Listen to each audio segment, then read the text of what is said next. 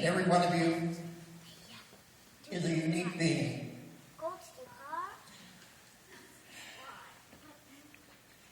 Try to find a sense of who you are and where you want to go.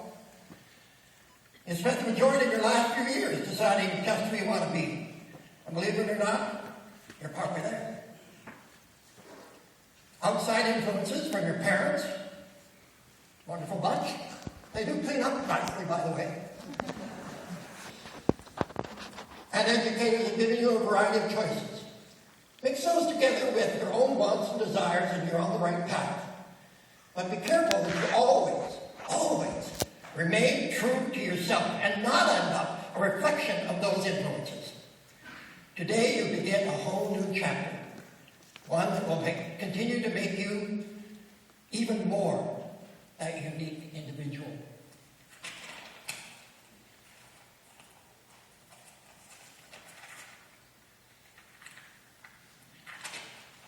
Experience all you can be and never be satisfied. Strive for excellence. Even if your passion is to sit and ponder your navel for a year or two, the end result will be either that it's time to move on or you have too much lint in your navel. Now, G, that stands for get up and go. Now it's the time. Today is the time. The hour is the time. The minute is the time. Time is passing. And trust me, nobody knows that better than me. So don't waste a minute. Experience, learn, try, but above all, do. Don't think that you can afford to wander around in a fog when you have a whole world at your fingertips. Nothing is set in stone. I discovered that when I was 30. I left the world of the theater and completely changed directions. I went back to university, became a teacher, a move that I have never regretted, particularly today, when I am so honored to be here with you. L stands for lucky. How lucky you are to live in a world filled with opportunity. A world that values education. A world filled with diversities of cultures, creeds, sexual orientation, learning differences, and an acceptance of everyone's right to be who they are. How lucky you are to have a supportive family and caregivers who encourage you to strive for success. But most of all, you have each other. There is no one I can think of that is more appropriate to reach out to. It may not be tomorrow, and it may not be for years, but the relationships you have formed amongst yourselves throughout these years will always be there. I know. Just last summer, I made contact with an old colleague who I had not seen for 40 years. You know, it's like we never lost a second. For a whole day, we laughed, we reminisced, we treasured our past and the new future that had just opened to us. So no matter what the circumstances, up, down, triumph or tragedy, now or in the future, reach out. And lastly, why? Stand for yes, you can.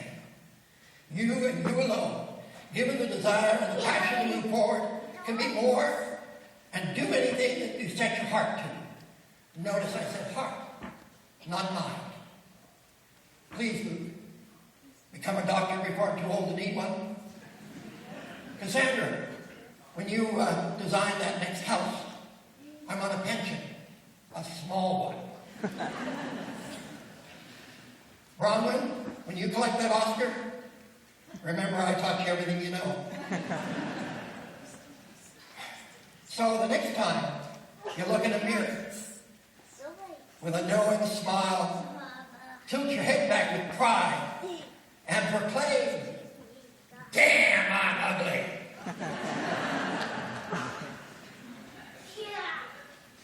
In conclusion, as I move on to the next stage in my life, words cannot express how honored I feel to be able to share this occasion with each and every one of you. Thank you for being you, for sharing the laughter and the tears, the frustrations and the triumphs, for remembering that I am first and foremost a human being who, like everyone else, had good days and bad, for the little but appreciated kindnesses, Risa for those never-ending coffees. To that group of guys who took the time to text well wishes when I had my surgery. Antonia, who always puts a smile on my face.